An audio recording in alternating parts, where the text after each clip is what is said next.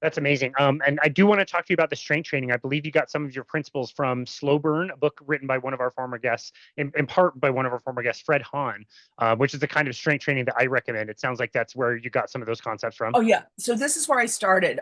Michael Eads, who's a friend of mine who co-authored Protein Power with his doctor wife, who's also, they're both awesome in all of They're this. You have to amazing. check the cardiology chapters in my book. So they wrote a book with Fred Hahn. They were very impressed by him. And so this is the first I heard of it. I had a former science podcast. I do everything before it makes money. So I had a podcast before podcasts made money. And I had Fred on my podcast, but it was because I read his book, which Mike wrote the science for. And Michael Eads, you can find his the Arrow Substack, which he charges Yeah, for. it's super good. It's Yeah, really good. he's excellent. I recommend it. And I don't recommend spending money on a lot of things. But so anyway, he wait, is Gary took physics, and one of those physics, Mike studied engineering. So to have that kind of background is very important in reading science, trade-offs, all sorts of things that they're built into you in evaluating science. Mike's very rigorous. So I saw that made sense. And this is slow speed weight training where you have weights heavy for you, maybe like about 10 times. So you can only do about 10 reps very slowly, like 5 seconds up, 5 seconds down, till what's called muscle failure. And this is how your muscles, through the process that goes on, you've signaled them, hey, we've got some heavy shit for you to carry around. So your muscles, you have strength and quality, as opposed to, we can get into the bullshit that is like the idea that bone density is a sign that you're not going to break bones or will break bones if it's low. It's a risk factor, but there's a whole bullshit industry of osteoporosis. But I want to say, so since that time, I read all this science on exercise, and some of the best is out of England. And these guys are kind of pariahs, James Steele and Fisher, and this guy Pock, he's got a Greek name. They're terrific, and so I looked at that. And then Brad Shanefield is another. I looked at this research, and I came upon this guy, Drew Bay, Baye. He is the single best guy on this. He's got great character. And so he's the only non-scientist I quote in the book, because he's so rigorous, and also emphasizes safety, which is very important, especially for women. One of the things that he advises, like me, it's like, who are humans in reality? We're chimps. We're lazy, grabby, impulsive jerks, and so what you want to do is what I want to do, which is like, oh my God, oh, this is a cool kind of weightlifting. I'm going to like grab some heavy weights and I'm going to do this. And he says, no, what you do is you use light weights and you get good form, you lift it. And so this is very important. You do bilateral weightlifting. His emphasis on safety like this, it's so vital, especially, if you're just starting out. So this is the kind of thing, that I learned from him. And you can see his form, the slow speed. He does this. You can look up YouTube videos. He also has a very good subscription thing called the Hit List at bay.com. And believe me, I don't sell people stuff. These two guys, they're excellent. They're excellent. And so Mike Eads and Mary Dan also is part of the newsletter. She's but Michael, I don't know how he does it. He's got, there must be like elves in a closet, because he turns out a lot of very good information every week. So I went on a little bit there, but I hope that sort of answered the question No, of the weight yeah, lift. that was cool. No, yeah, I love that. It's cool information. It's a way that I train my clients as well, after being taught something completely different. So I was just curious to hear about that. I do want to get back to menopause. In your book, you kind of, there's like three different myths. You mentioned myths earlier, and there's three major ones you kind of identify. Can you talk about what those myths are when Oh, it comes sure. to menopause and perimenopause? Well, okay, these affect all of us. These are the three myths of our medical care. And the first is that doctors make decisions based on scientific evidence. They don't know what the science says. They can't begin to read it because they aren't trained to read it in medical school. This is a horrible moral failing of medical schools. And some people just accept it. I quote Andrew Gelman, who's a statistician in my book. He's in Sanders Field and everything. He says, well, medical schools just don't teach this, how to read studies.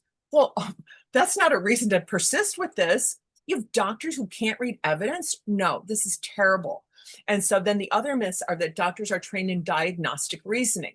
This is the thinking, if you saw Dr. House, where they get to the nature of your condition, the underlying cause of your condition, and treat that instead of treating a symptom. Now, why is that important? Well, okay, you've got terrible headaches, really terrible headaches. You go to the hospital, to the emergency room. And so, oh, it's just stress. It's just stress. We're going to give you some medication and send you home. They're treating the symptom. But what needs to be understood is, why do you have headaches? Do you really have really a bad way of coping at work? Or do you have a glioma? I keep bringing up gliomas. That's a, yeah, but it's such a great word. It's, despite it being horrifying. And so if you medicate that headache away, what you'll do, it won't be medicated away forever, but you're delaying your ability to have your life saved, with some of the incredible cancer treatment now. I mean, this is terrible. It's terrible, terrible. And this is a factor in menopause and perimenopause. Doctors are afraid of hormones. It's not scientific. It's based on egregious, dishonestly announced, terrible methodology in the Women's Health Initiative study in 2002. And so doctors will use a thing that decreases hot flashes. Hot flashes, to describe that. So I'm sitting here in Venice. It's like 55 year round. I'm in Venice, California, sea breeze, nice and everything. And all of a sudden I am locked in a car trunk in the Everglades. Like, what the hell? And I thought, oh no, I think this is a hot flash. It's so horrible.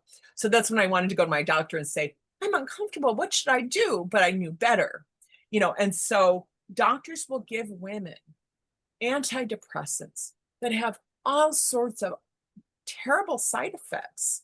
Like, like killing your sex life is one of them. You become like sexually numb. And, there are all sorts of reasons you don't want to take them if you aren't, like if it's not a last resort for you for your mental health. And so they do decrease hot flashes, but what they don't do is all the things that a proper hormonal prescription would. Progesterone, which is the hormone that goes missing in perimenopause, this protects your bones. It helps you sleep. It helps your mental health. It's like I call it the body's Valium. It promotes the GABA, which is that hormone that helps sleep, and then gives us a sense of calm. And so what happens for a lot of women in perimenopause happened to me.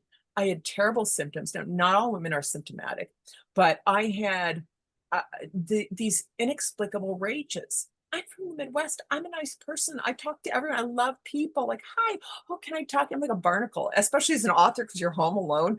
As someone that's passing on this, hi, oh, I love your pants. Like, talk to me. So I'm not the person who's like misanthropic and hateful, but that's what I became. I'm in the hardware store, and my dad and grandpa, they were like Mr. Fix-Its. You'd see them on Saturday, they'd like caulking in their hands. Some guy was like that behind me in line, and I see him and I think, like, Dad, like dad too, dad, whatever. And so, because my dad's was in Michigan, he's not here now. But the guy starts to hum.